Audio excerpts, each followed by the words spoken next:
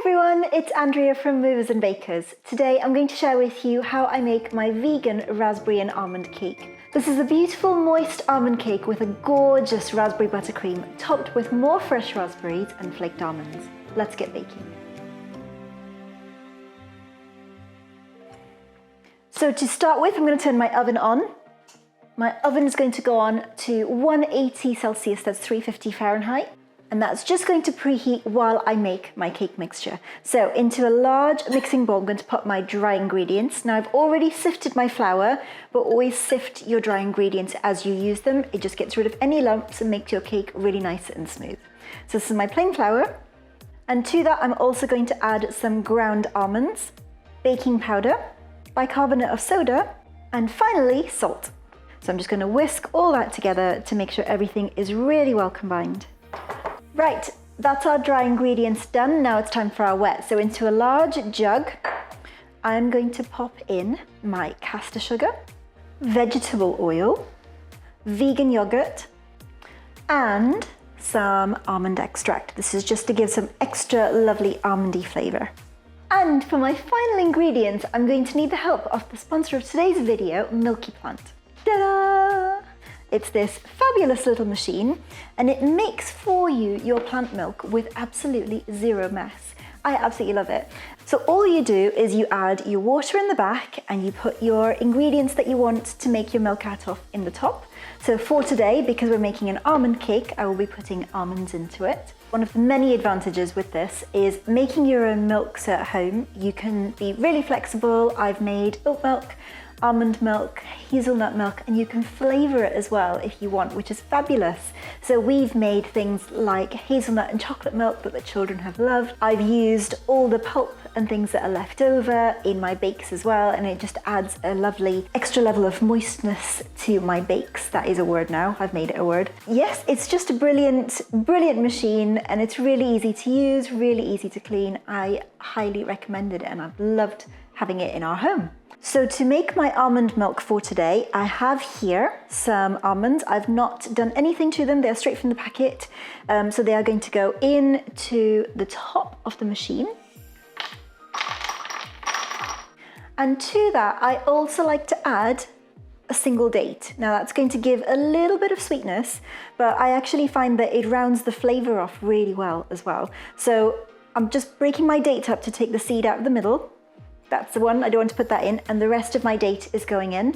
You can also add in there, if you wanted to, any other flavorings, like I said before, cocoa powder. You could even put dried fruit in, but this is all I'm doing. I'm making a very basic almond milk for today. Now all that's left to do is pop the lid on, so turn my machine on and make my milk. And that is my milk ready. All that is left now is to take the bottle out, and it is ready to be stored in your fridge. Obviously, we're going to use that in a moment, but I want to show you something else. So in here, in this part of the machine, if I pull that out, this is the bit that collects all that almond pulp from making the milk. So if I open this little container that you can see here, you will see all my almond pulp left in there, and that is going to go into my recipe as well. So I'm gonna pop all of that into my jug with my wet ingredients.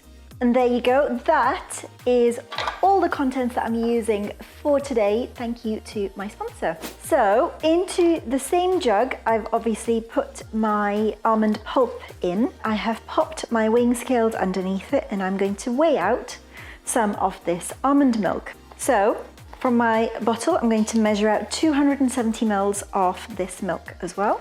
Now I've got all my wet ingredients. I'm going to give it a quick mix to get all my wet ingredients nicely combined together. So once all your wet ingredients are combined, all that's left to do is to mix them together with our dry ingredients that we had from earlier. Now, I have found with vegan bakes that if I use an electric whisk or a stand mixer, or even if I go too aggressively with a handheld whisk like this, that my cakes turn out really gummy and chewy. And I don't like that. I want my cakes to be fluffy and light and beautiful. So that's why my cake is fully being made just using a spatula to mix it together and nothing else. So I've got my dry ingredients here and my wet ingredients are all mixed up. Give it one last mix. and then we're going to pop them together and fold it through. You want to not overwork the gluten on the flour in this, and that's why we're doing it really, really nice and gently. So keep mixing until everything is really well combined. Make sure that you scrape the bottom of your bowl as well. And when you're done, you'll have this beautiful cake mixture ready to go. Now, when I turned my oven on, I also prepared, before we started this, a couple of cake tins. So these are 8-inch cake tins, and I've lined the bottom with some parchment paper, and they are ready to be used. So I'm going to bring them both over. So into my cake tins, I'm going to pop my cake mixture, split it evenly between them. Make sure you level the tops because they don't rise or dome very much, so you'll get a nice flat cake when you do. And then these are going to bake for about 25 to 30 minutes. And I shall see you on the other side to make some delicious raspberry buttercream. So while my cakes are cooking, I'm going to make the raspberry part of my buttercream. So I have here some raspberries. They were frozen and I've thawed them. They're going to go into a sieve. So I'm going to press all my raspberries through. You can see all the juices coming through from my raspberries. I'm going to press all that through, and then I'm going to cook this mixture down until it's nice and thick and jammy-like. So while my raspberry goo is chilling, I'm going to start preparations for my buttercream. So I have here some dairy-free butter that I'm going to pop into my mixing bowl. And that is going to get beaten up. I'm going to beat this till it's lovely and light and fluffy. So once your butter is really pale and really soft like that, it's time for us to add some of our sugar in.